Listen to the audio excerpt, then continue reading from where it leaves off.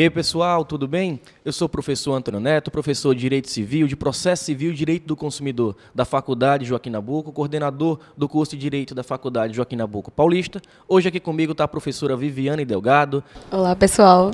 Professora Viviane é professora de Direito Administrativo, muito benquista, né, e muito bem preparada para trabalhar aí as questões de concurso público e de exame de OAB. Esse é o nosso primeiro encontro, primeiro bate-papo com relação a concursos públicos, né, com relação a como está sendo cobrado as questões na OAB e nos certames em geral. E a gente vai conversar hoje um pouquinho sobre direito do consumidor. Viviane, o que é que tu tens visto com relação às provas que tem sido cobrado mais, voltado aí para a questão do direito do consumidor, como é que as bancas estão encarando o direito do consumidor e como é que quem está nos vendo, quem está nos assistindo, pode se preparar para esses certames?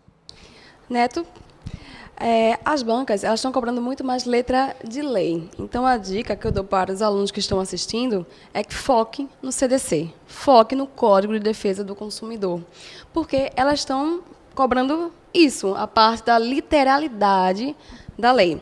O que me chamou a atenção foi o artigo 39 do Código de Defesa do Consumidor, que eles estão batendo pesado em relação a isso, que são as cláusulas abusivas, né? Ou seja, o que as empresas estão fazendo de forma que estão abusando do consumidor.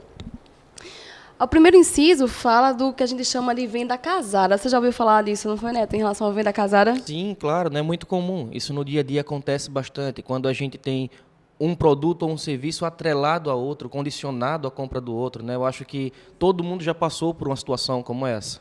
Exatamente. Então, o CDC, gente, veda isso. Se você está passando por isso no supermercado, em alguma loja, veja que isso é uma cláusula abusiva, tá? O CDC veda. Ok? E está sendo bem cobrado em concurso público nessa parte de direito do consumidor.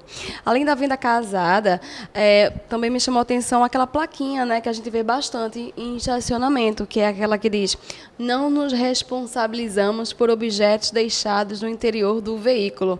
Gente, a empresa se responsabiliza sim, independentemente, inclusive, de pagamento de estacionamento. Por quê, Neto? Porque o estacionamento é um atrativo a mais para a empresa. Então, ela chama o consumidor por dispor daquele estacionamento. Então, ela se responsabiliza por qualquer coisa que acontecer naquele veículo, independentemente de cobrança de estacionamento. Essas questões, né, Viviane, que você traz para a gente são muito importantes porque, assim, primeiro a gente está vendo aí entendimentos pacificados, não é, do próprio STJ sobre a questão do estacionamento, que também vai trabalhar outras situações, né, situações que são do nosso dia a dia. Mas, por exemplo, a ideia de a pizza, não tem essa questão, né? Pizza metade de um sabor, metade de outro sabor, né? Como funciona? Geralmente cobram mais cara, mas de acordo com o Código de Defesa do Consumidor, o correto seria a proporcionalidade entre os dois sabores. E por aí vai, né? Mas acho fundamental também a gente começar a entender o que é relação de consumo e o que não é a relação de consumo.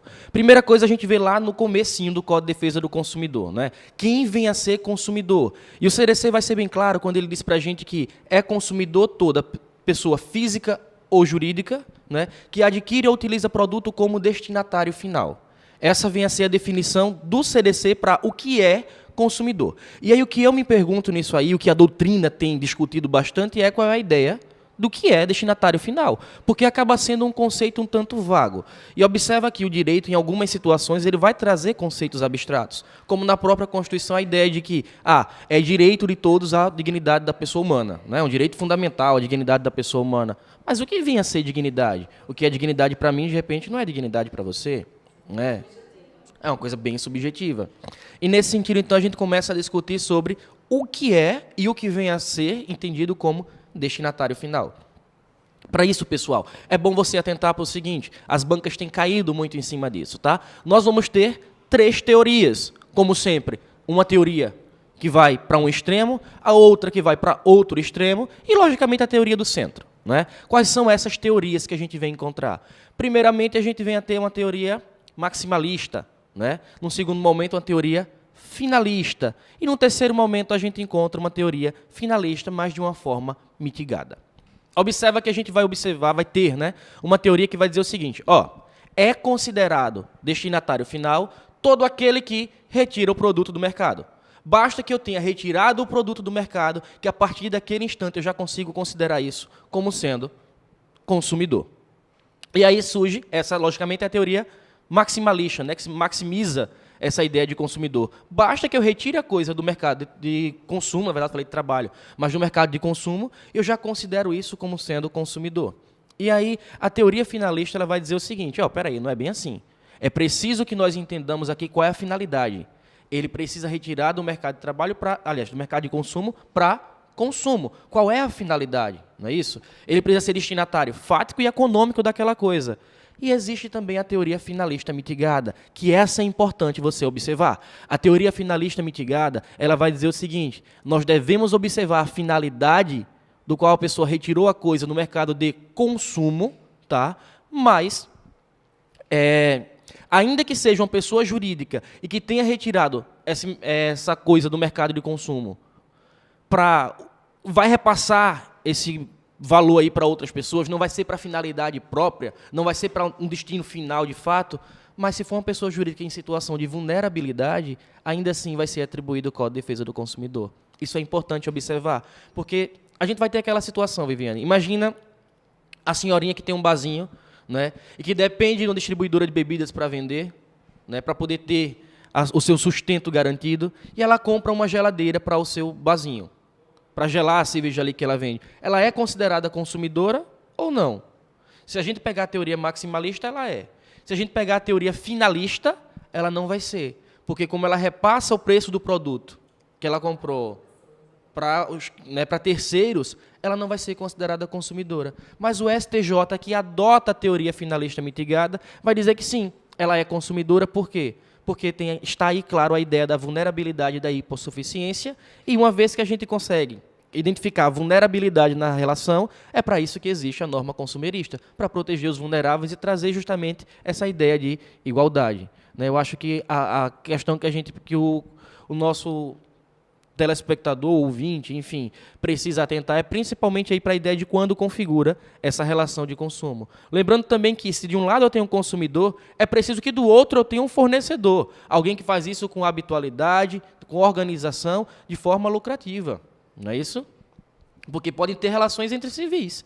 Se você me vende seu celular, eu não vou considerar isso como sendo uma relação de consumo. Esse ponto que eu ia justamente conversar com você, né? Por exemplo, eu estou aqui querendo vender meu relógio. Se quiser comprar, viu? Quiser comprar meu relógio, tudo certo.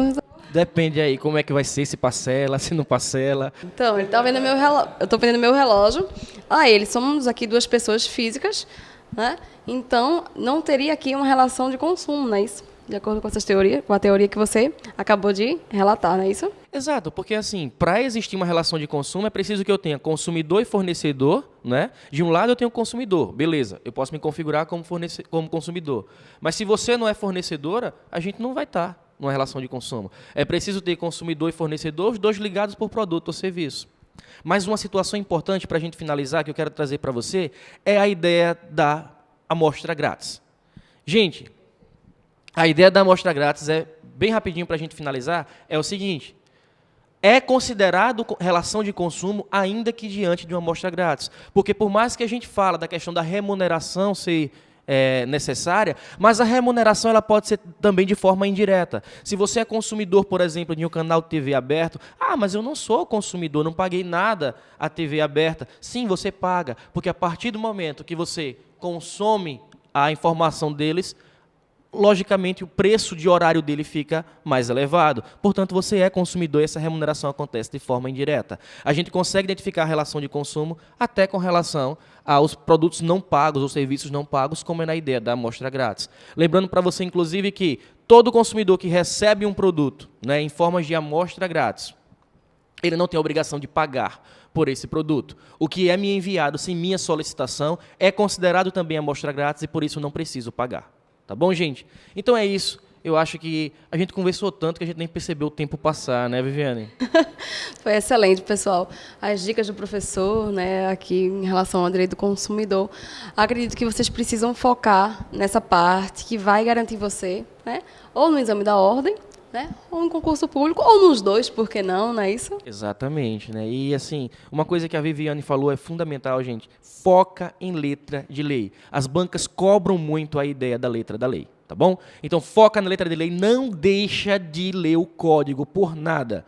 Logicamente existem os artigos que são mais ou menos importantes, mas aqui a gente vai estar te dando essas dicas. O que é que você deve ou não priorizar nos seus estudos. Um grande abraço, sucesso para você e vamos juntos rumo à aprovação. Você e a Uninabuco construindo um futuro de sucesso. Abraço, pessoal. Tchau.